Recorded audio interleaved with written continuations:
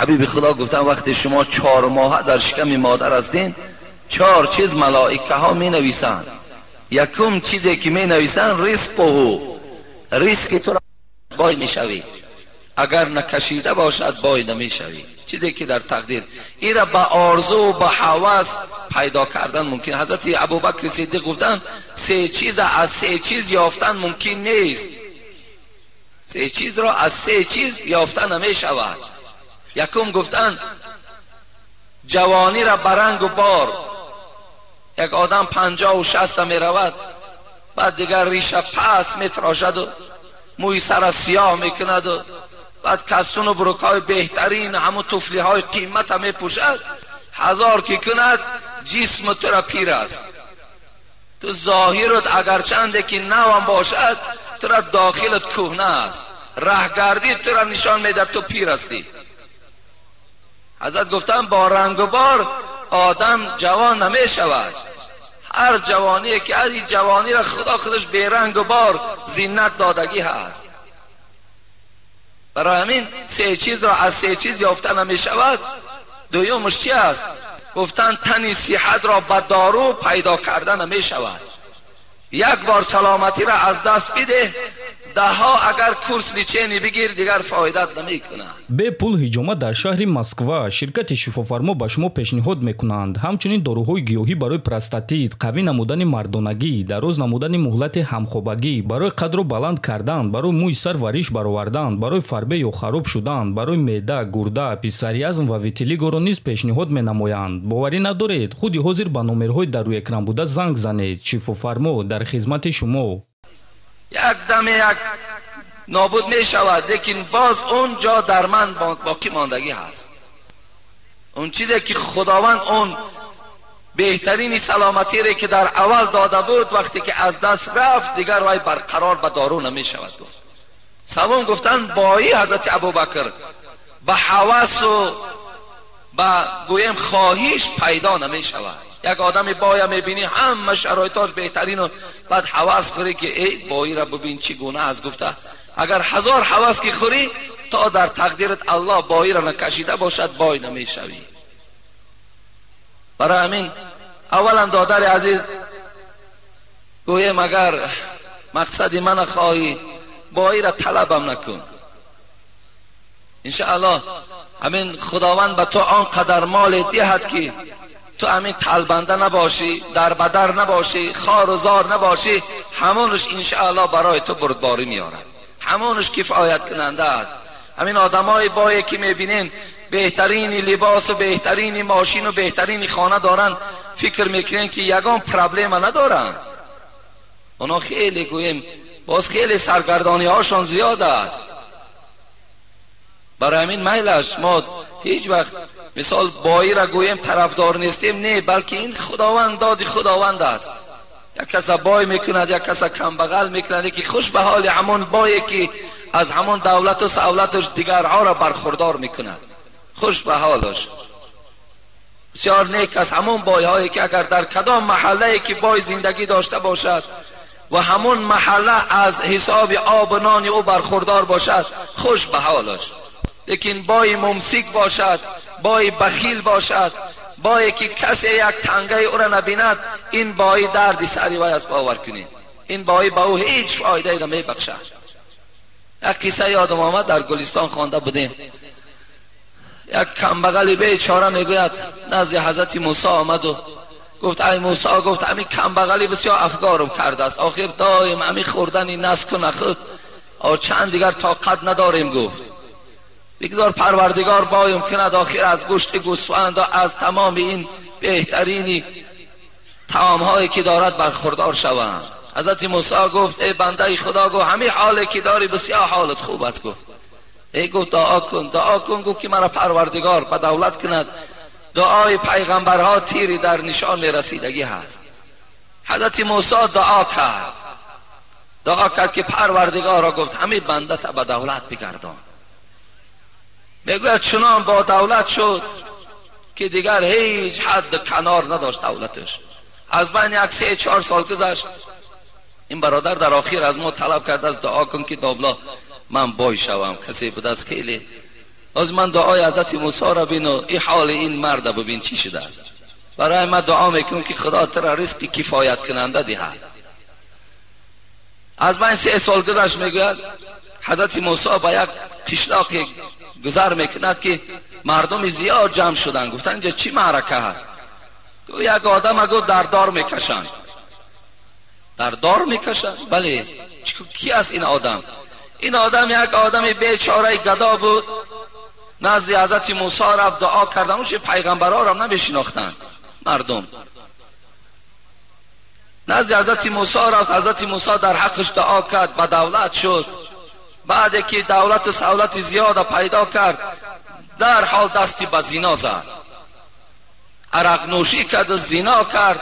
در بالای زناش دستگیریش کردن، امروز حکمی به دارش دادن. آی بایی هر کس هم نمی پروره. خداوند میداند که کی را بای کند، کی را کم بغل کند. همه جسم ما را میداند که تا چه اندازه ما تاباوریم. آیا همین جسم ما تاباوری بایی دارد یا ندارد؟ و الله میداند اینه. بعدا حضرت موسی بسیار غمگین شد، نگاه کرد که این مرد را که دعا داده بود برداشتن و در گردنش بنده و در دار کشیدنش. غمگین شد.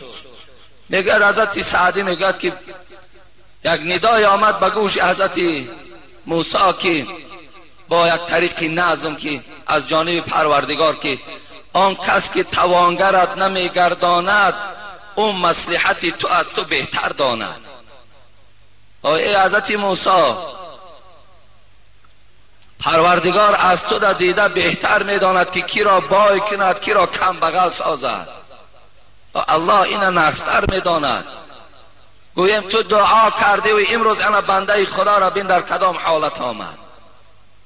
و برای پروردگار مشورتی و مصلحتی لازم نیست. الله خودش میداند چیکار کند. در دوام گفت گربه مسکین اگر پر داشتی، تخم گنجشک از زمین برداشتی. این گربه را گفت پروردگار گفت ای موسی نگاه نمیکنی، چرا پرش نمیتیم؟ این پر ندارد، با بازم بی پریه که هستی دارد. در زمین گویم که گنجشک از داشته میگیرد. وقتی اگر این را ما پر میدادیم در آسمان دیگر پرنده نمیمان.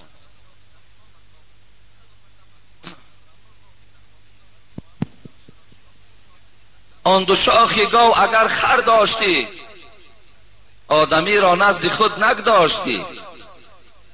اگر ای موسی این خر بین، با این به شاخیش آدم نمیماند نزدیک شود. اگر باز 2 شاخ دیگرش میدادیم، از پیشم هجوم به آدم میکرد، از پسم به پایهاش میزد. برای همین پروردگار هر یک چیز میداند که چگونه آفرد. برای همین دادر عزیز، ما در حق تو دعا کردن نمیتونیم که خدا تو را بای گرداند، لیکن خدا دعا کن از پروردگار. اگر بسیار حوث بایی را داشته باشی دعا کن، انشاءالله پروردگار تو را ناامید نمیگرداند. اگر بسیار حوث مالدار شدن داشته باشی. لیکن یک حدیث از پیغمبر خدا هست که ان الله لا ينظر الى اجسامكم ولا الى اموالكم ولكن ينظر الى قلوبكم و اعمالكم. پروردگار در جسم نظر ندارد. جسم تو تا چه اندازه بلند است، پهن است، نگاه نمی کند. پروردگار نگاه نمی کند چقدر تو مال داری، بلکه الله در عملها نظر می کند. الله در دل تو نظر می کند. ان الله یعطی المال من یحب و من لا یحب ولكن یعطی الایمان الا من یحب. خداوند مال می دهد، گفت پیغمبر خدا، چی دشمنش باشد چی دوستش باشد، هر کسی باشد مال می دهد، لیکن ایمان پروردگار فقط دوستاش می دهد.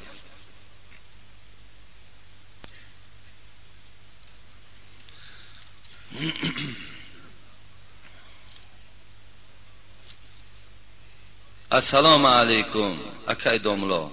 چند سوال دارم. یکم، بعد گرانیدن مرده دلیل میمانند برای مرده. این جایز است یا نه؟ جایز نیست. یعنی بعد وقتی که از خاندان ما و شما خواه پدر باشد، خواه مادر باشد، خواه کدام اولادی نباشد، گوریستان میبرین، بعد او در همون جایی که ویا شستن، بسیاری اینا بسیارتر در همین سکسیه هایی که مردم زندگی میکنه، بسیارتر در همون جا که در خانه که میشوین، در همون جای شستن شمها گریان میکنن.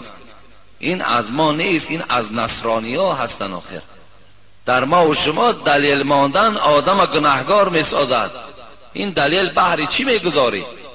این چی معنی دارد؟ دلیل تو فقط این است که 2 رکعت نماز در حق همون پدرت است، مادرت است خوان، 1 ورق قرآن خوان. این از دلیل مردم مسلمان. شمگذاری و دلیل گذاری این حرام است در اسلام. آیا علم دنیا ضرور است یا علم اسلام؟ و ما گفته بودیم که علم دنیا هم علم خدا هست، علم آخرت هم علم خدا هست، همش علم خدا هست، هر دوش ضرور است. رسول اکرم صلی الله علیه و سلم گفتند خیرکم من تعلم القرآن و علمه، بهترین شما آن کسی است که قرآن میخواند و قرآن با دیگرها تعلیم میدهد. لیکن در داخل قرآن ما علم دنیا هم وجود دارد. مردم به علم دنیا پروردگار میخواند. از این خاطر این سوالهای دیگر علم دنیا باید در بین مردم ما دیگر هیچ وقت صدا ندهد که علم دنیا گویا که علم نادرکار باشد. باور کنین خیلی پس بودن ما و شما را نشان میدهد، تحقیر کردن انمین دین اسلام نشان میدهد. کسی که گوید علم دنیا این علم بیکاره و علم باطل و علم کافر است، این گونه سخنها میگفتند. با یک آدم خیلی گویم با سواد وقتی که یک جا نشستیم وای گفت که من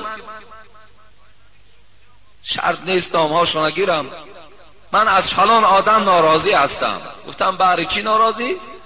گفت وای ملا بوده است، گفت با یک انسان نگاه کردم که با زبان روسی سخن میرانه. گفتم با زبان روسی سخن راندن این ثواب است، زبان دانستن این ثواب است. گفتن نه، گفتم بلکه زبان دوزخی ها گفتن زبان روسی هست. این در یگان پارچه همین کتاب فارسی خوانده است، اون کدام دشمن اسلام نویسانده است، این بیچاره برای خودش دلیل کرده گشته است که زبان روسی را دانستن گناهگار می شود آدم. امروز هم ما و شما قریب که سفری به دولت‌های روسیه داریم، اگر زبان همون دانی تو، آیا برای تو کارت سبک نمی شود؟ او برای چی گفتن که زباندانی جهاندانی است؟ اگر امروز شما حج می روین به مکه مکرمه، اگر زبان عربی را دانین میدانین چقدر سبکی برای شما می شود. امروز باید ما و شما تبلیغ کنیم، فرزندهامون تمام شرایطاشون مهیا گردانیم که امروز زبان عربی، زبان انگلیسی، زبان تاجیکی و زبان روسی را از خود کنند. حتمی و ضرور است. اینا به نهایت ضرورند و در این مسئله خیلی کوشش کننده باشیم. اگر خواهیم همه شما، من باوری دارم که همه شما امید داریم که فردا از همین بچه هایی که داریم راحت بینیم. اگر خواهید که راحتی بچه هاتون نبینین، امروز در خواندن اونا بسیار با دقت باشین، بسیار با دقت باشین. همه آن چیزی که برای او مکتب او گرفتن علم دنیای او ضرور است تأمین کنین. حضرت مولوی رومی خدا رحمتش کنه گفت گر حال نیک خواهی فرزند را همیشه، آموزش ای برادر قرآن و خط و پیشه. میخوای که حال فرزندت خوب شود، میخوای که همین بچه تو از تلبیدن و از خار و ذلیل و از گویم یک کارگر عادی که در دست ملت های دیگر کار میکند خلاص شود. میخوای گفت اگر خواهی که بچه تو از این گونه حالت های وزمین خلاص شود و خدمتگاری در تو شود، گویم زندگی تو را پیش می بردگی شود، فرزند سه چیز آموز: قرآن و خط و پیشه. قرآن خوانش کن، بعدا خط خوانش کن، یعنی مکتب خوانش کن، پیشه که یگان کسب را بیاموزش، یک کسب را برای او بیاموزان، چی کسبی که نباشد. در دوام گفتن زیرا که پیشه باید روزی که کار افتد، چون پیشه نداند بیل و کلند و تیشه. حضرت گفتن پیشه را بیاموز بچتا، یگان کسب برای او بیاموزان، مهنت کن. اگر مادام مهنت نکردی و بچه را کسب نآموختی، این حالت در دستی او بیل و کلند و تیشه دی. چون خط نداند یا پیشه نداند، پس گاو و خر چراند در کوه و در و پشته. حضرت گفتن مادامی که خط خوان نشد، علم دنیا را هم نگرفت، کسب و کارم نآموخت، قرآن خوان که نشد، این حالت در کوه یا پادبان کن در همون کوه و در و پشته پادبانی کرده گشتن گیرد. برای این بسیار امروز ما و شما باید که کوشش کننده باشیم، علم دنیا نگوییم دیگر، همش علم اسلام است.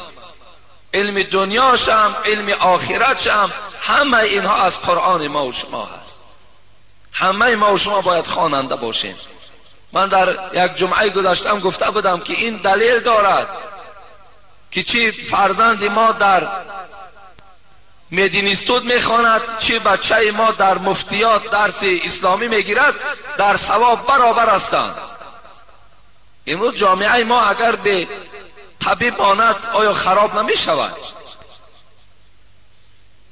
برای همین از همه مهم برای ما و شما امروز که فکر همون آینده فرزند همون الحال کنیم، مکتب خوانشان کنیم، در مکتب ها فعال باشن، همه آنچه که لازم است تأمین کنیم. السلام علیکم اکای حاجی میرزا. اولا از خدای تعالی دعا میطلبم که عمر شما را دراز و پربرکات گرداند. و من سوال دارم به شما. ما در محله همون مسجدی داریم که در مسجد کدام وقت خواهند نماز میخوانند، بسیار وقت نماز شام و خفتن میخوانند. ملای داریم که ملای شیربرینج است، وی امامتی میکند، سوره ها را با تجوید و با ترتیل قرآن نمیکند. خلاصه من راضی نیستم از او. وقتی نماز اگر از مسجد از آن گویند، من میتوانم که نمازم را در خانه خوانم. خواهش میکنم حتمی جواب گردانید. البته مثال اگر پیشوایی که گویم که آیت های قرآن درست نخوانند، آخی پیشوایی افسوس که امروز برای پیشوایی مردم تلاش دارن و لیکن برای آن مسئولیتی که امام دارد و حس نمی کند. تلاش برای ملا امامی دارند، میخواهند که ملا امام شوند، میخواهند که مردم همچه بابای ملا گفته حرمتش کنه و لیکن بیچاره خواهش نداره که علم گیرد.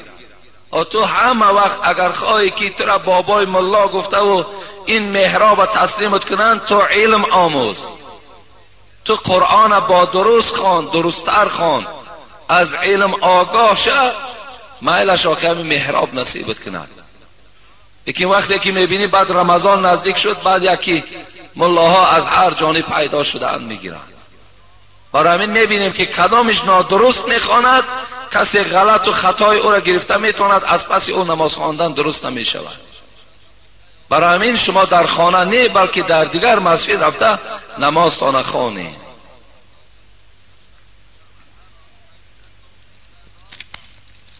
محرابا هم گوییم که قریب که امروز باور که صاحبای خودشون ندارند. السلام علیکم اکای حاجی میرزا. یک سوال دارم. اگر در وقت پیشاب کردن آب همون از پشت مرد میریختگی ریزد، با پیشاب این به زنا داخل می شود یا به غسل جنابت؟ التماس با این سوال من جواب. نه، این نه غسل جنابت می شود نه زنا می شود. وقتی همون آبی که از آدم جدا می شود با همراه پیشاب یعنی در زمین می ریزد، این نه غسل مثال برای تو فرض می گرداند، نه این حکم زنا را دارد. بلکه این یگان بیماری هست که در وجود تو پیدا شدگی هست. این سبب نه زنا است نه غسل جنابت. این در بسیار مردها می شود. بسم الله الرحمن الرحیم. السلام علیکم حاجی محترم، خدا شما را و تمام مسلمان های روی دنیا را در پناه خود نگه دارد، آمین. داملای عزیز، من یک سوال داشتم. من قریب که نیم ساعت در حاجتخانه خود را خاک کرده، طهارت کرده، وقتی که من نماز را نیم میکنم از مخرج پیشاب میچکد. این حالت در هر یک نماز رخ میدهد. من در هر یک نماز طهارت میکنم. آیا نمازهای من درست است؟ این طی 2 سال است مرا ناراحت میکند در نماز خواندن. چه مصلحتی میدادید؟ خدا یار و مددگار شما باد. در آخر در حق فرزند من دعا کنید تا که حافظ قرآن و مثل شما پیشوای خوب و حقیقت جو باشد. یعنی این برادری که بیمار است، این سلسل باول میگویند، همیشه پیشابش میریزد، اینا در هر یک نماز طهارت نو میکنن. اگرچه در وقت همون نماز خواندن هم که چکیدن که گرفت، تو نماز تا خواندن بگیر نمازی تو درست است. این وضوی معذور میگویند، یعنی طهارتی که عذرناک است. به این خاطر اجازت است که در همون حالت نماز هم که اگر پیشابش چکیدن هم که گیرد، نماز تا خواندن بگیر، نمازی تو درست می شود. خدا فرزند تو را حافظ قرآن و عمل کننده در قرآن گرداند، آمین و رب العالمین. سوالای زیاد موندن. السلام علیکم داملای شیرین سخن حاجی مرزا، شما فخر تاجیکستان ما هستید، خدا نگهبانتان باشد. ما یک گروه دانشجویان دانشگاه شهر قرغان تپه هستیم. ما از شما پیش از همه دعا خواهانیم تا که خداوند سبب گرداند دعای شما را و شفاعت کند ما را. و سوالی داریم به شما. شبانه پیش از خواب مستحب داشته باشی و آن شب به حاجتخانه نارفته خواب کنی. سحر از خواب خسته طهارت دست و روی بکنی. نماز خواندن، جنازه خواندن قرآن و غیره جایز است یا نه؟ خواهش میکنم با سوال ما جواب گردانید و دعای خیر در حق ما کنید. این برادرای دانشجوهای قرغان تپه بود است و گفتن که شب مستحب میکنی. خیلی با دقت باشین، همین مسئله را یک بار دیگر برداشته بودین. شب طهارت کردین، مستحب کردین، آنچه که در وجود شما بود دور کردین، یعنی خلاص پای به طهارت خواب کردین. یا اگر طهارت هم که نداشته باشین، مستحب کرده خواب کردین. سحر وقتی از خواب بیدار شدین، شما دیگر میل اگر به حاجت خانه نداشته باشین، شرط نیست که دیگر استنجا کنین، شرط نیست، فقط دست رو کنین، رفته نمازاتان هر عبادتی که از خواندن گیرین جایز می شود. فهمیدین؟ فقط استنجا را در حالتی کنید که از پیش و پس چیزی براید، غیر باد. اگر بادم که براید، این حالت ده استنجا شرط نیست.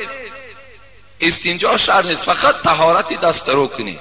با برآمدن باد استنجای شما نمیشکند، لیکن طهارت دست رو کنید. دست رو گفته باقی مانده اعضاهایی که دست روی و دیگر هست، پای و همش شویه. همین مسئله رو خیلی با دقت باشید. همون عبارای مختصره، الاستنجاء من کل حدث غیر نوم و ریح. ببین استنجا را کنین در همه حالت مگر در 2 حالت، بعد خواب یا بعد برآمدن باد. شما استنجا نکنید گفتن. مقصد الحال شما جمعه را میخوانید، طهارت دارین، میرین خواب میکنین. خواب که کردین، برای نماز عصر باید چیکار کنید؟ وقتی اگر حاجت خانه که نرفتی، باز یک دست رو کو برای خاطر خوابت برده بود، یک دست روی دیگر کن، آمدن نماز خواندن بگیر. شرط نیست که دیگر تو بین پات شویی، شرط نیست، لازم هم نیست، حاجت هم نیست.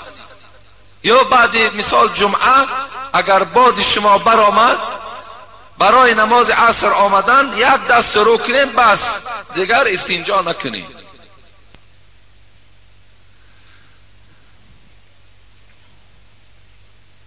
و آخر دعوانا ان الحمد لله رب العالمین. ان شاء الله جمعه آینده از فضیلت های این ماه مبارک خدا خواسته باشد با پررگی من شما را خبر میدهم. اگر ما و شما صحت و سلامت و در حیات باشیم. اینجا دعا کنید، گفته در حق مادری که فرزندش بیمار است دعا طلب 5 سامانی دادن، در حق آنهایی که در صندوق خیریه صدقه میکنند، و در اینجا در حق بابای پیر نظر که ویم دعا طلب کرده است و اینجا یک مکتوب دراز هم نویسانده است. یک مسئله دیگر به سمع شما رسانم که فراموش نشود، علال خصوص به برادرهایی که سوداگر هستند، جوانای عزیز و برادرای مهربان، اولا که در ماه مبارک رمضان اگر مبادا یگان گوییم که خیانت و یگان در حق ترازو حق یک برادر خوردن که از ماه رمضان 100% تو در ثوابش که محروم هستی. لیکن دوم این که در تمام دولت‌های اسلامی وقتی رمضان می شود مردم مسلمان همه وقت مال و اسباب و انجام قیمت نمی کنند. هیچ وقت ارزش گوشت و ارزش روغن و دیگر چیزهایی را که مردم به او احتیاج دارد وای بلند نمی بردارند مگر در همین ملک ما و شما که ماه رمضان شد مردم می داند که اکنون می خرند بازم این تاجایی که ارزان کند که برادر مسلمان روزدار است استفاده برد، برعکس نرخ او را در بلند می بردد. در این البته با احتیاط باشین. گذار که اگر تو مثال گویم این قدر جوان دلیر با غیرت ایماندار باشی همین 1 ماه از درآمدت گذر، اون قدر گپی نیست. اگر درآمدم بینی که یک کم درآمد بین دیگر شب ببخش به خاطر ماه مبارک همون نرخاتون در آسمان نبردارین. این باور که یک بیرحمی و بی انصافی نسبت یک برادر مسلمان من می شود. ما کی را مثال ما با کی جبر میکنیم؟ با همون برادری که وای بیچاره 5 وقت نماز دارد یا دهان روزدار دارد، همون در جبر میکنیم. ما و شما نرخامون در آسمان برداشتگی برای چی؟ میدانیم که وای میخرد. ماه رمضان یک ماه است که حتمی گوییم که وای بیچاره ضرور است که باید خرد. برای این بسیار در همین مسئله هم چه برادرایی که گوشت فروش باشند چه روغن فروش که اینا چیزایی هستند که برای روزدارا خیلی مهم و ضرور است. در همین ماه مبارک نرخ‌ها را نبردارین که به خدا قسم به انصافی می شود. شما به رحمی و به انصافی خطانه نشان می دهین. برای شاید این یک مدت اگر $100 شاید $200 فایده از روزدارا، لیکن او پول فایده نیست. آن پول جبر میگویند. تو جبر کردگی هم $200 را یافتگی هستی. شاید باز از خدا یگان مشکلاتی میارد که با $200 هم جانت خلاص نمی شود. برای همین خیلی در همین ماه رمضان با رحم باشین، با انصاف باشین. انشاءالله بسیار کوشش کنین که بعضی از 1 سامان و نیم سامان و مثال دیگری که باشد گذر کنین، خدا شما را ثواب می. در ماه رمضان در دولت‌های اسلامی ماشین دولتداراش آمده خیر احسان تقسیم میکنن. امروز ما مردم که قوتی وارم که نداشته باشیم اقلا همون نرخ‌ها مونده کمتر انصاف کنین. در همین ماه مبارک انصاف کنید. لا اله الا الله وحده لا شريك له له الملك وله الحمد يحيي ويميت وهو حي لا يموت بيده الخير وهو على كل شيء قدير.